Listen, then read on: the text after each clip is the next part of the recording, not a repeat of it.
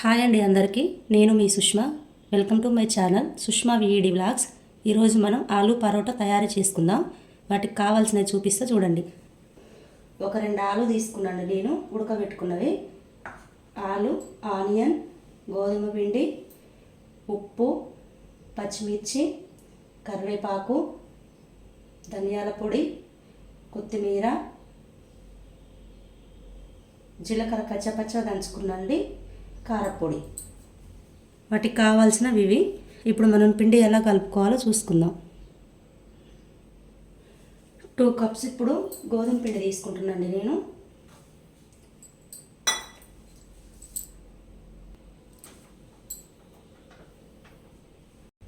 కొంచెం సాల్ట్. పిండి కలుపుకునేటప్పుడు కొంచెం ఆయిల్ వేసుకోవాలండి. ఆయిల్ వేసుకుంటే మనకు మంచిగా సాఫ్ట్గా వస్తాయి. ఇలా మొత్తం కలుపుకోవాలి మంచిగా.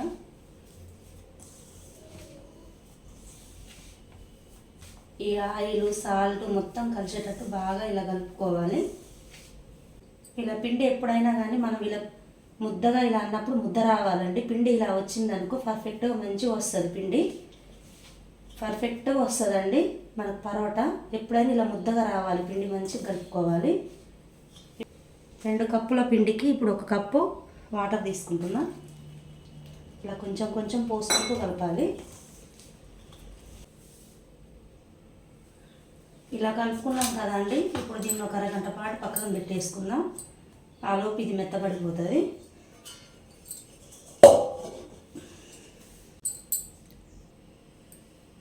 ఇది అరగంట పాటు నానేలోపు మనం మిగతా ప్రాసెస్ చూసుకుందామండి ఎలా చేసుకోవాలో.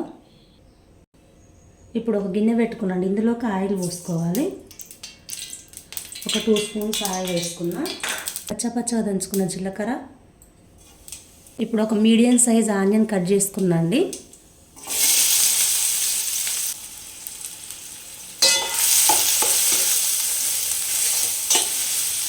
ఆనియన్ మగ్గేలోపు ఉడకబెట్టుకున్న ఆలు ఉన్నాయి కదండి, వీటిని స్మాష్ చేసుకుందాం.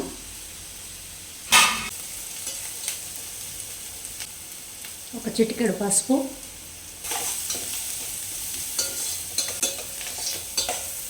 ఇలా మధ్య మధ్యలో కలుపుతూ ఉండాలండి. ఇందులోకి సన్నగా కట్ చేసుకున్న ఒక పచ్చిమిర్చి, సన్నగా కట్ చేసుకున్న కొత్తిమీర, ఇలా చిన్న చిన్నగా కట్ చేసుకోవాలి.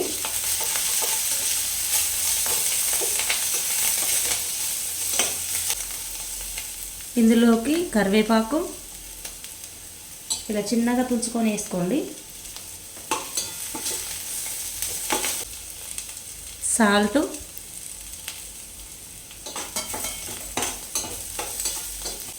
మనం స్మాష్ చేసి పెట్టుకున్నాం కదండి.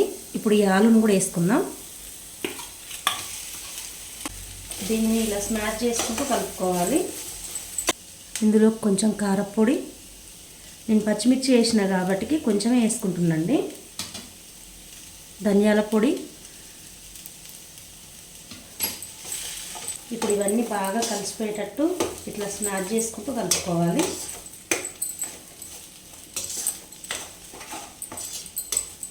ఇలా చిన్న మంట మీద పెట్టి కలుపుకోవాలండి. ఏమన్నా ఆలులా ఏమన్నా నీటి తేమ ఉన్నా కూడా అదంతా పీల్చేస్తుంది. తర్వాత మనం ముద్దలు చేసుకుంటాం కదా, ఉండలు. ఆ ఉండలు చేసుకున్నప్పుడు మంచిగా అన్నీ ఒకటే తీరుగా ఈవెన్గా వస్తాయి. ఇలా గట్టిగా స్మాష్ చేసుకుంటూ కలుపుకోండి. మనం వేసిన కారపొడి, ఉప్పు, ధనియాల పొడి అనేది మొత్తం మంచిగా వీటికి మొత్తం పట్టేటట్టు కలుపుకోవాలి. స్టవ్ బంద్ చేసుకొని దీన్ని కాసేపు చల్లారనిద్దాం. చపాతీ పిండి బాగా నానిపోయిందండి. వీటిని చిన్న చిన్న ముద్దలు చేసుకుందాం. చపాతీ ముద్దలు ఎలా చేసుకుంటారో అలా ఈ సైజులో చేసుకోండి.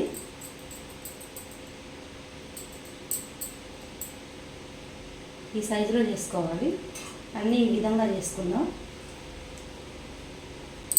ఈ విధంగా చేసుకున్నాం కదా అండి. ఇప్పుడు వీటిపైన కొంచెం పొడిపిండి ఇలా చల్లుకొని ఉంచుకుందాం.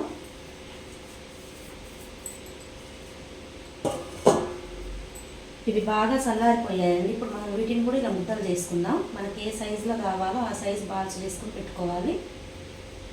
మొత్తం ఈ విధంగా బాల్స్ చేసుకున్నాం కదండి. ఇప్పుడు చపాతీ చేసుకుందాం. ఇప్పుడు ఇలా తీసుకున్నాం కదండి. ఇప్పుడు ఇలాంటి చక్కెర తీసుకొని, లేకపోతే మీరు ఒక ఇలా బండ మీదనే చేసుకోవచ్చు. దీని మీద కొంచెం పొడిపిండి చల్లి ఇలా చేసుకున్న తర్వాత మనం దీంట్లోకి ఇప్పుడు ముందుగా రెడీ చేసి పెట్టుకున్న ఈ ముద్దని ఇలా పెట్టుకోవాలండి. ఇలా పెట్టుకొని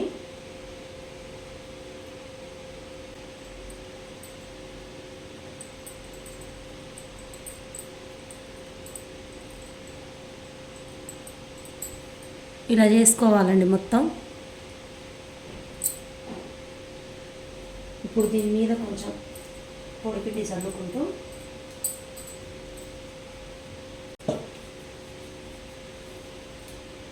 అన్నీ ఈ విధంగానే చేసుకోవాలి. పెనం బాగా వేడైందండి. ఇప్పుడు ఈ పరోటాని ఇలా నిదానం వేసుకోవాలి. ఇలా వన్ సైడ్ కాలిన తర్వాత నిదానంగా ఇలా వేసుకోవాలి. ఇప్పుడు కొంచెం ఆయిల్ వేసుకుందాం. ఇలా రెండు వైపులో కాల్చుకోవాలండి. కొంచెం ఆయిల్ తీసుకుంటూ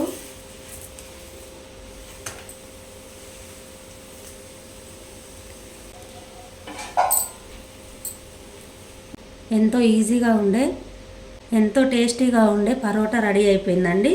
ఇది మన దాబా స్టైల్లో ఉంటుందండి. టేస్ట్ కూడా ఉండే ఆలు పరోటా తయారు చేసుకోవచ్చు. మీరు కూడా మీ ఇంట్లో ఒకసారి ట్రై చేయండి. ఆలు పరోటా రెడీ అయిపోయిందండి. ఎంతో ఈజీగా చేసుకోవచ్చు. మీరు కూడా మీ ఇంట్లోనే నేను చూపించిన విధంగా చేసుకోండి. మీరు కూడా ఒకసారి ఎలా వచ్చిందో కామెంట్ చేయండి. మన వీడియో చూస్తున్న వాళ్ళందరూ సబ్స్క్రైబ్ చేసుకోండి, కామెంట్ చేయండి, షేర్ చేయండి, లైక్ చేయండి.